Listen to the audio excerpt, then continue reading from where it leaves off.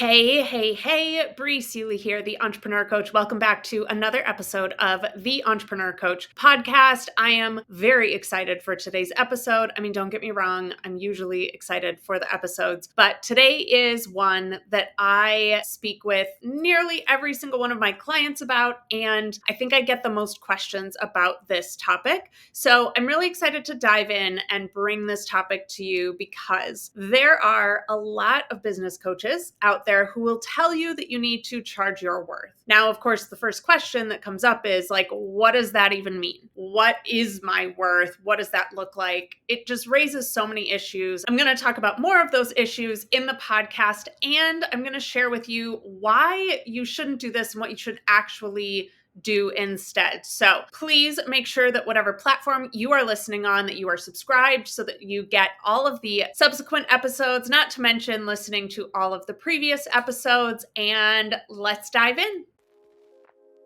Welcome to the Entrepreneur Coach podcast. I'm the Entrepreneur Coach, Bree Seeley. My mission is to help female entrepreneurs like you have the audacity to believe in the inevitability of your success, then to gather the resources, tools, and knowledge you need to create your most aligned and profitable pathway to your vision of success. This podcast is all about providing you with a nitty-gritty behind-the-scenes look at what it takes to be a successful entrepreneur. Forget the success porn and the rags to riches stories. Each episode will pull back the curtain and share the reality of entrepreneurship. I cannot wait to be part of your journey.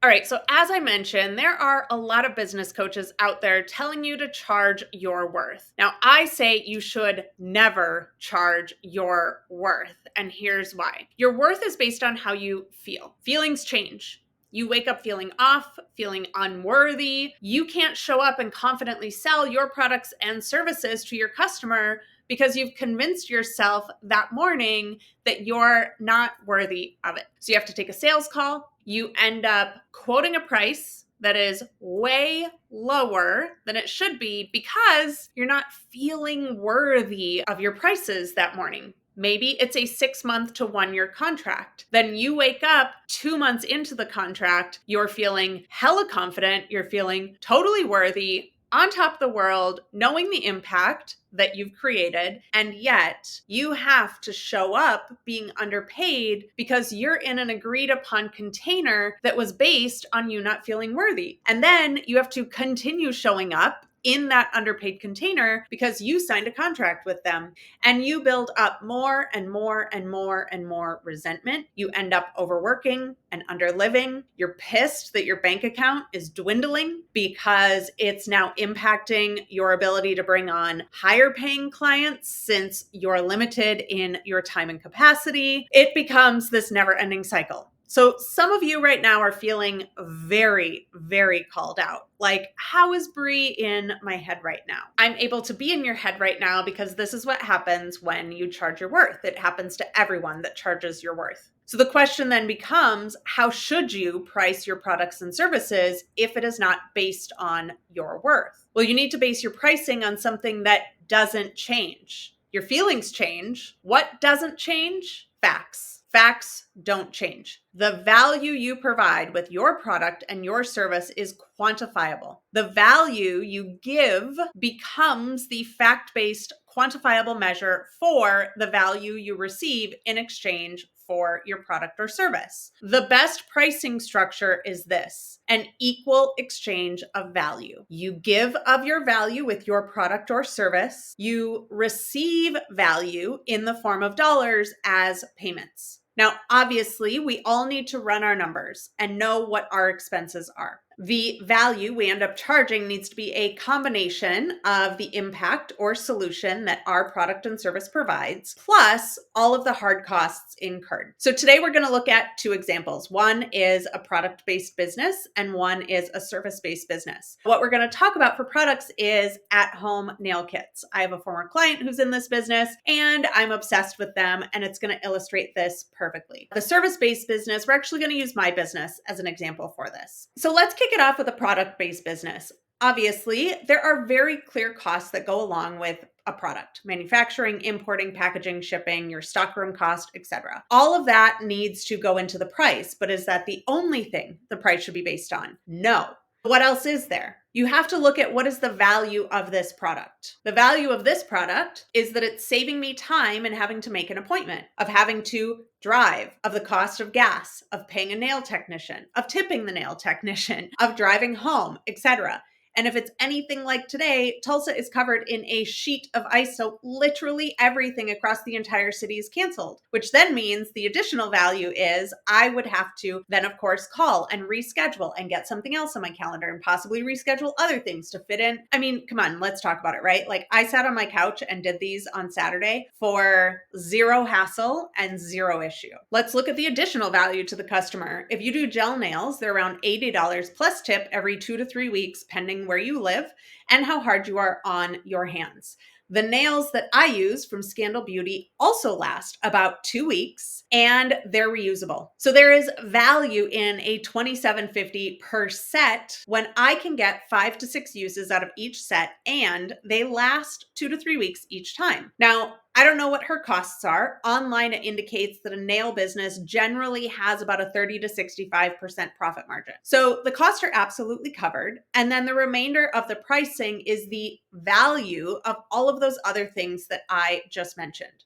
Pardon the interruption as we take a brief break before bringing you back to our episode.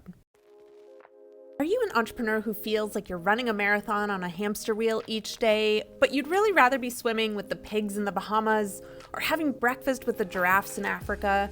You're getting okay results in your business, but you're ready for exceptional results. It's time to hit the reset button to give your business a makeover and evolve into your next level of entrepreneurship. I want to invite you into the Reset, a 5-day business makeover to evolve your business from acceptable to exceptional. Visit breesealy.com/reset to get free access to this resource that will forever change the trajectory of your business.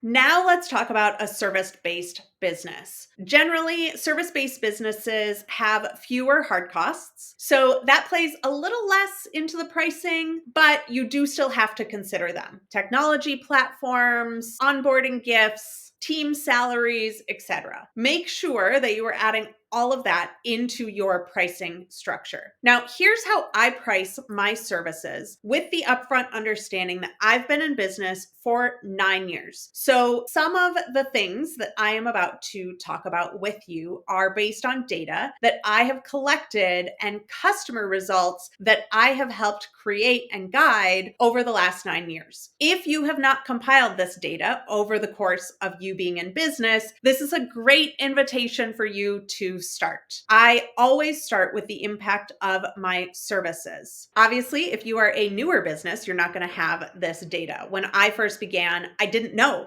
the impact of my services. But I started seeing that people were creating really remarkable things with my help, doubling their business revenue, becoming debt-free, quitting their jobs. When I began offering my services, I was charging down in the hundreds because I didn't yet know the value of my impact. But over time, when I began accumulating the data, Jen went from $130,000 a year to $260,000 a year, and she's been at that same level for 8 years. So she's created an extra $1 million in revenue in her business from working with me for 12 weeks. And that's so far. May's business started growing 4 times faster than the national average. Amber went from near bankruptcy as an employee to a business owner with recurring 6-figure a month business revenue in under 5 years. Gemma was able to double her business revenue within 3 months, and she got to quit her job 3 months before she had anticipated. Kia had her first 6-figure month. Chris replaced her salary with her business income. Kate got to quit her job and start producing and teaching music full time under her own record label. These things are the norm for my clients. So as you can imagine, the value of working with me is quite significant. Now, I'm not a coach that works for $100 an hour. Let me tell you why. Because I work with individuals who want to double and triple their business in the short run and likely 10x their business in the long run. The space I hold for that growth and transformation is huge. It is not limited to an hour. The strategy I develop for that growth and transformation is huge. It's not limited to an hour. The availability that my clients have to me for that level of growth and transformation is unprecedented. The impact that I get to give my clients is incredible. Like, if you're looking to grow your revenue into multiple six figures per month, technically my rate is actually a very, very small percentage of that. And the more revenue my clients create, the lower that percentage becomes. My mission really truly is to raise the next generation of female billionaires. And I cannot remain committed to that vision if I'm out of alignment with the value I'm providing versus the value I'm receiving. If I were charging $100 an hour and helping my clients create multiple six figures a month, seven-figure businesses, I would be resentful. I'd be so miserable because my outpouring of energy would be so undervalued in relation to the input of value that my clients were exchanging with me. If I'm helping you create your massive financial goals, but I'm only just surviving, how does that work? Spoiler alert, it does not. As I mentioned before, I don't work on an hourly rate ever for anything. Why? I'm working for my clients constantly. Strategy, next steps, marketing, messaging, etc. It is all coming to me and through me all the time. I get insights from my clients in the shower, driving to coffee, while I'm lifting weights. I am seeing them in their highest vision in my dreams and in my meditations. I am thinking of them when I meet new people as potential connections or introductions for them as well. I've been on the billable hour before, and it is obnoxious. And honestly, if I put my clients on the billable hour every 6 minutes of my day, it would probably end up costing them way more than my monthly retainer. So let's turn this around now to you. What does this look like for you and your business? First question, obviously, are you a service or a product-based business? Once you have identified that, which should be pretty easy for you, I want you to really look at what of this in this video was new information to you.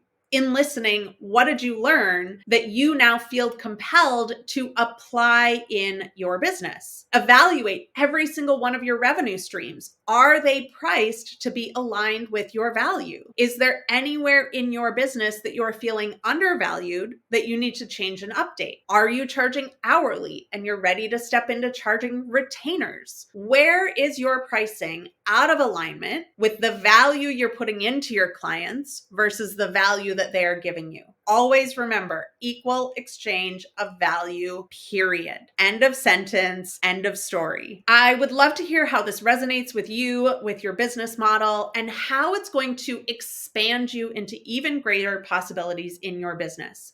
Because when you feel valued in your business, and your customers are valuing you equally, not only does it become more fulfilling, you're going to start to see your customer base change and up level with you. This is a really incredible strategy to implement in your business. And it's not only going to help you to put better things in place, it's actually going to help you feel more fulfilled in your business at the end of the day as well. Because remember, we are not building our businesses to be miserable. None of us left the corporate world to feel like we did in the corporate world. None of us left our jobs to be overworked and underpaid in our businesses. We got into business because we have a skill, we have a gift, we have a passion, we want to share it with others. And the only acceptable way to do this is to create that equal exchange of value. What you give, you get. What you give, you get.